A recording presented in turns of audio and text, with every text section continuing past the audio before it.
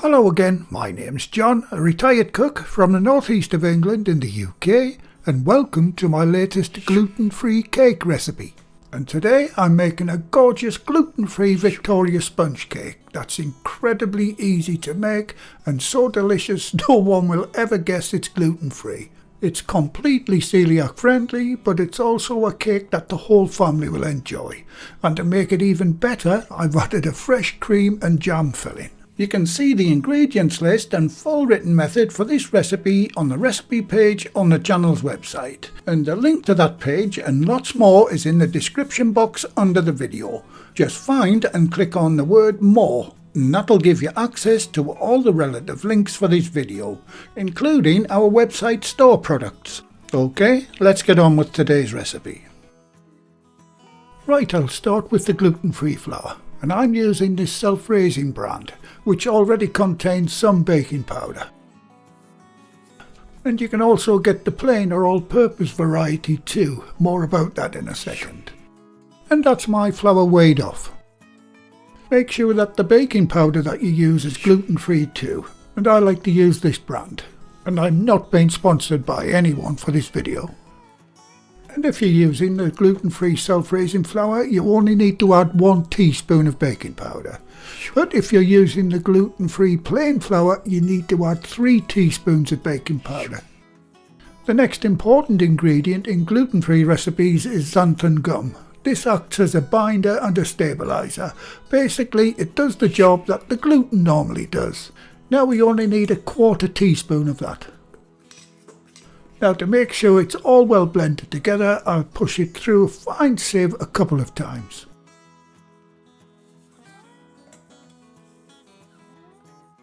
Right, that's the gluten-free flour ready to go. You'll also need a couple of well-greased sandwich cake tins, sizes are on screen, and you'll need to line the bottoms with a circle of parchment paper. And for belt and braces, I'll grease the top of the paper too. And you can grease with lard, butter or a solid vegetable fat. We do have a limited number of these tins on the website if you're interested. Before going any further, preheat your oven to 170 degrees Celsius, that's 340 Fahrenheit or gas mark 3. Right, on to making the cake batter. For the fat in this recipe you can use butter or margarine. I'm using baking margarine in mine. Next to go in is the sugar, and if you don't have caster sugar, ordinary granulated will do. Now, either using a hand whisk or an electric one, which is what I'll be using because I'm very old, beat them together until light and airy. In real time, this should take around 4 minutes. And a very quick mention to the channel's Patreon, PayPal, Super Thanks and YouTube's new membership supporters. I'll do the name splash and shout out a little later in the video.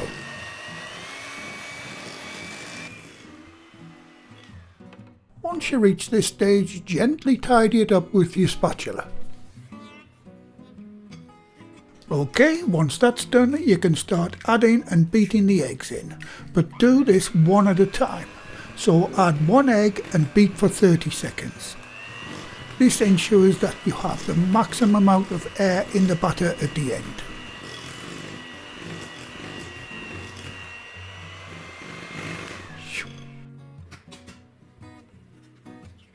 Once you reach the last egg, you can add the vanilla extract with it too. Now give those a final beat.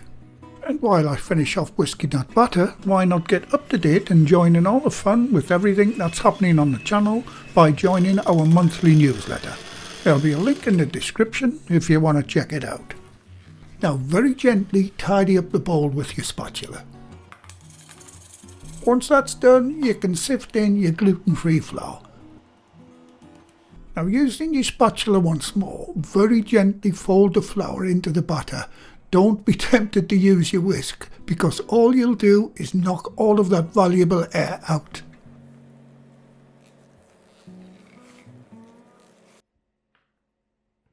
Once you're happy with it, divide the mixture equally between your 2 prepared tins.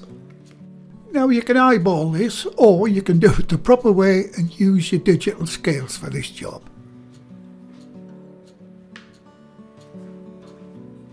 Once the butter is divided, spread it out using the back of a dessert spoon. Try to leave it a little high in the middle of the tin, but also work as quickly as you can. Now get them straight into the preheated oven. And if your oven is big enough, get them on the same shelf. Mine isn't, so it's 2 shelves for me. But this oven is fan assisted, so they should be fine. Once they're in, set your timer for 30 minutes. Right, while those cakes are baking, I'll make up the cream filling. So add your double or heavy cream to a bowl. Next add your icing or powdered sugar, followed by your vanilla extract. The posh French name for this is chantilly cream, and it's really easy to make.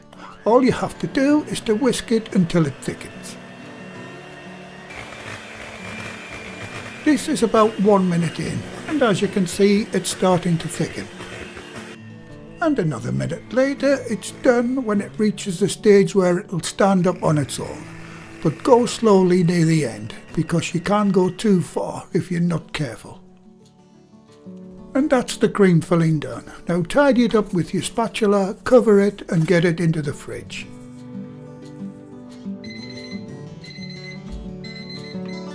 Okay, time's up on the cakes. Now let's see how we did. And they're looking fantastic. First job is to test them with a cocktail or wooden kebab stick. If it comes out clean, they're done. If not, just give them a couple of more minutes. Okay, now let them sit on the wire rack until they cool. Then we'll get them out of the tins. And if you followed the recipe carefully, there shouldn't be any difference between these gluten-free sponges and an ordinary sponge. Absolutely marvellous. Right, time to assemble this amazing gluten-free cake. First job is to get them out of the tins. Once out, gently peel off the paper. And the second one, the paper stayed in the tin. How considerate. Right, decide which one you want for the top, and the other one turn upside down and lay it on a large plate or cake stand. Now these sponges are fine as is, but I like to moisten them up a bit, especially if they've been made a couple of days in advance of using them. And all this liquid is 1 tablespoon of the jam that you're going to use, dissolved in 30 ml of boiling water, and thoroughly mixed until all the jam dissolves. Once the sponge is moistened, you can add the jam of your choice. Now I'm using strawberry. The amount you use is entirely up to you. Add a few spoonfuls in the middle of the sponge and spread it out, leaving it a little shy of the edge all the way round.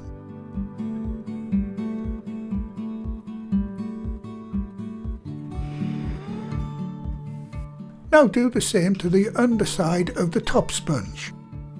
Same as the bottom, moisten it first, then add the jam. And that's the top sponge done too. Now set that aside for now. Onto the cream. I simply dump the whole lot in the middle of the bottom sponge and carefully spread it out a little at a time. Now there's no rush at this point, so take your time. I know I'm skipping through it pretty quick. But if I showed you every little stage, this video would go on for hours. Leave the cream a little short of the edge too.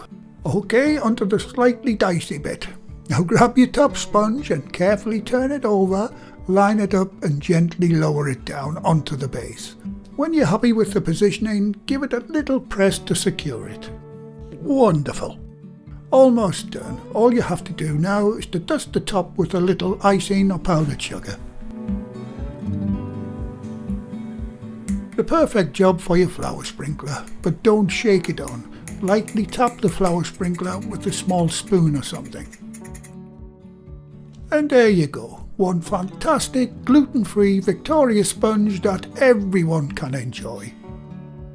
I really hope this has been of some use to you guys who suffer from gluten intolerance. This particular cake is going to a friend of ours who suffers terribly from celiac disease, and I'm certain he and his family will love it.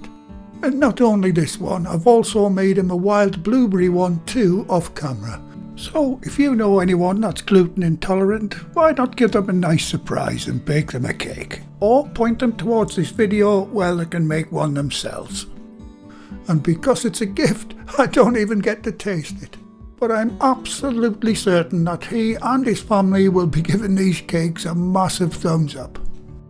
And as promised earlier in the video, here is the latest name splash and shout out list, including YouTube's brand new loyalty membership supporters. And they are Craig Phillips, Jim Rochford 7952, My YouTube Time 2025 and Jens K 3250. And there's also two who wish to remain anonymous. Thanks very much guys, I really do appreciate all that you do in supporting the channel. Well, thank you again for watching. Please like, share, comment and subscribe by hitting the circle above. If you do subscribe, activate the bell icon next to the subscribe button on my channel page. And by doing that, you'll be automatically notified every time I upload a new video. And in the meantime, here's a few of my other videos and playlists that you may want to watch. So until the next time, be safe in your kitchen and bye for now.